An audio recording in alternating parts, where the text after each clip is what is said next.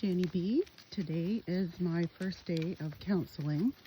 I'm off work right now because of a toxic work situation. I have a history of anxiety, some depression. I firmly believe from life circumstances. Don't think I was born this way. I was actually born pretty happy, and I'm a good worker. That's partly what is going on, and I know from going online that there are lots and lots of you in this situation. Basically, you're doing everything right, but there are just some really rotten people out there, and they can't stand to see anybody doing any better than them. And they don't want to lift their butt any more than humanly possible, so they take you down. And some people just have that gift. Some people are just more socially adept at manipulating. I have certainly seen that. That's a big problem for me. I was married for over 20 years, got divorced because my husband was an alcoholic. I'll talk more about that later. And I was not prepared at all for the scene. I didn't even have a cell phone. I didn't get one until I was at work for about a year. I had like a flip phone for just texting the kids. That's all I did. And I ended up finding out what the dating scene is like now. And honest to God, if I had known, I probably would have just stayed. I don't know. It's part of getting older where you double or second guess your decisions. But anyway, to get back to the counseling appointment, I'm excited. I'm also on anti-anxiety meds, which actually are helping. I think they're making me a little lazy, but I am feeling better because I'm really anxious. I can't imagine going back to that workplace. I just can't. But I don't have a lot of options, as you can see. I'm in the middle of nowhere here. It's a 45-minute drive to go to the nearest bigger town. There just isn't. There's no work here until spring. And even then, I'm 61. There is definitely a issue with employment as far as the immigration flood. I don't really know what else to call it. I know there's a lot of feelings about that too. And I can say through my job and just other things, I met a lot of really nice people. But it's a fact that the jobs just aren't as available as they were. So I am really nervous. I don't want to have to drive 45 minutes to go to a job to make less money because the pittance that I was making for 15 years extra, I think I'm making $1 above minimum wage. And we just got very few benefits, which I can't get because you have to be working 24 hours a month for 6 months to apply, and this blew that out of the water for me. And anyway, I'm really nervous, so that's the thing. And I'm also really mad because this was so unfair. I was doing a really good job.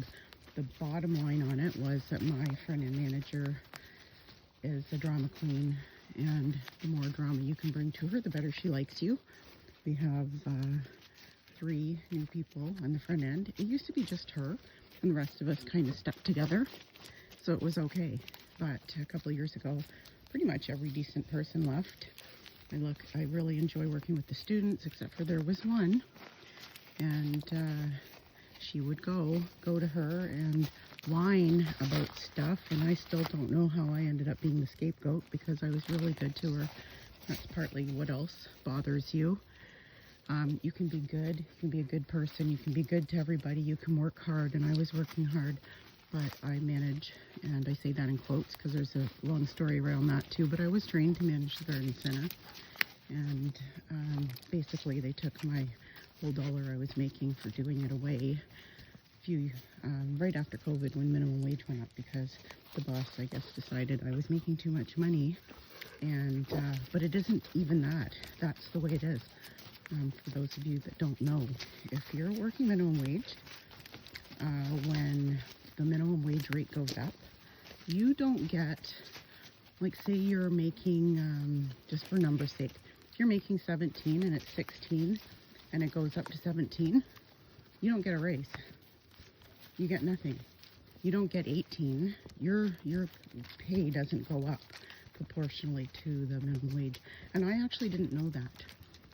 And so a long time I took it really personally, and went and asked the boss, and he said, I'm already making almost full time now, which was not true. I was working my tail off out there, and because I loved it. I absolutely loved it.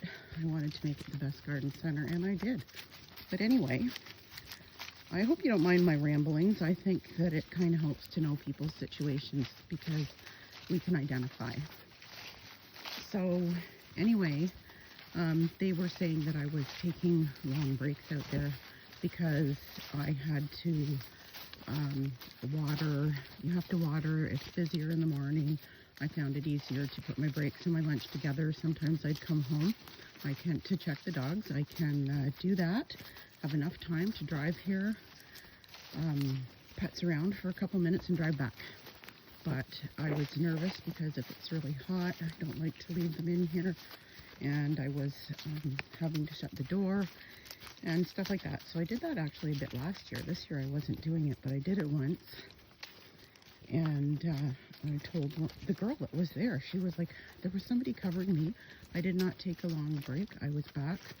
And my manager was skulking around trying to catch me because they were complaining because people were coming in with their plants. Well, that happens sometimes. And also, I am not the only person out there, and I know there were a couple when I wasn't there that were not in there a whole lot, and it just was a mess. But rather than coming to me, she decided to try to catch me, and she was actually monitoring my vehicle to try to catch me because one of the Karens inside was saying I was gone for like 2 hours, whereas it's 1 hour if you put our lunch and our break together. And I tried very hard, and I was always back. I would like drive like a maniac, which I know I shouldn't have been doing, but I would make sure I was back in time. I didn't want to get in trouble. I really enjoyed my job. Anyway, that was the main crux of it, and that I had no support from management. And I can go longer, and I will talk more about it. So anyway, again, back to my counseling. What I'm hoping to come back with there, I felt really bad for having to do all this again because I was doing really well. I was working really hard, and I was putting money away. And again, a lot more backstory about that. It's been a really rough couple of years because I haven't been working full out at the store because I just can't function in there with those people. So I was working at nights with the students, part shifts, and I was getting through. I was going to take more hours this year. I thought that I was, that it was getting manageable, and then all of this happened and it blows up in my face. I said they should be getting the medication, not me. It just doesn't feel fair to me, but it is what it is. So from this counseling session, I'm hoping to get some kind of a plan. I don't know. I don't know whether I need to force myself to go back there. My kids, my 2 daughters, absolutely forbid it. They know you will have a breakdown if you go back there. Like, it's misery every day. I would go in there every day, absolutely determined to make it a good day, and it would be something every day. And I just like backstabbing. You can't work somewhere where you're waiting for somebody to backstab you. So anyway, every single day you're just wondering what they're saying about you, and I don't deserve it. It's like I'm at the point in that place. One of the only things you have is seniority. You don't get paid for it, but at least you should have a little bit of respect, and I was getting absolutely none, in particular from the management. So I know, and it sounds like it's my fault. That's the worst of it. Sounds like I've done something wrong. It was a froggy or a toad. And again, I'm rambling, but I know there are some people out there that can identify with this. And just, I don't know what to tell you. I got very lucky. I have a great doctor. and he saw that I was messed up, totally messed up. Matter of fact, when I went for my first appointment, maybe I got lucky. I tried to talk to my friend and manager, and she basically called me a liar. Said that's not what I heard, and went marching off. Said she doesn't have time for this right now. I had a stack like an inch high of incidents that I wanted to tell her about, but she had never come to me. What she decided to do was take me out instead behind my back. And anyways, of course, I was pretty upset, even more when I went for my doctor's appointment. So it was pretty obvious. And the second one wasn't any better because I was just feeling like such a loser. It really was. I have to go back on meds. I'm on unemployment when I was doing really well, and get counseling. And that's not to say that anybody that has to do that is a loser. It's that they made me feel that way. They made me feel like I was bad, like I wasn't doing a good job, and that I was ripping them off, and I wasn't. And that's what I mean. So anyway, I am off. I will probably update you on how it goes. Just hoping today to get maybe some kind of a game plan, maybe to hear her say, no, you can't go back there, because I'm feeling a little bit guilty for not having the strength, I guess. I'm feeling weak maybe for not going back there. And also, I mean, not much, but it's the best game in town for me because I have had the time in there. It's just the working environment isn't any good anymore. So, wish me luck. And, of course, every time I try to get a good shot, somebody's peeing. Okay, and have a great day, guys. If you'd like to hear more, make sure you subscribe of my journey from a toxic workplace, and like and give me a comment. Let me know your story. I'd love to hear it. And have a great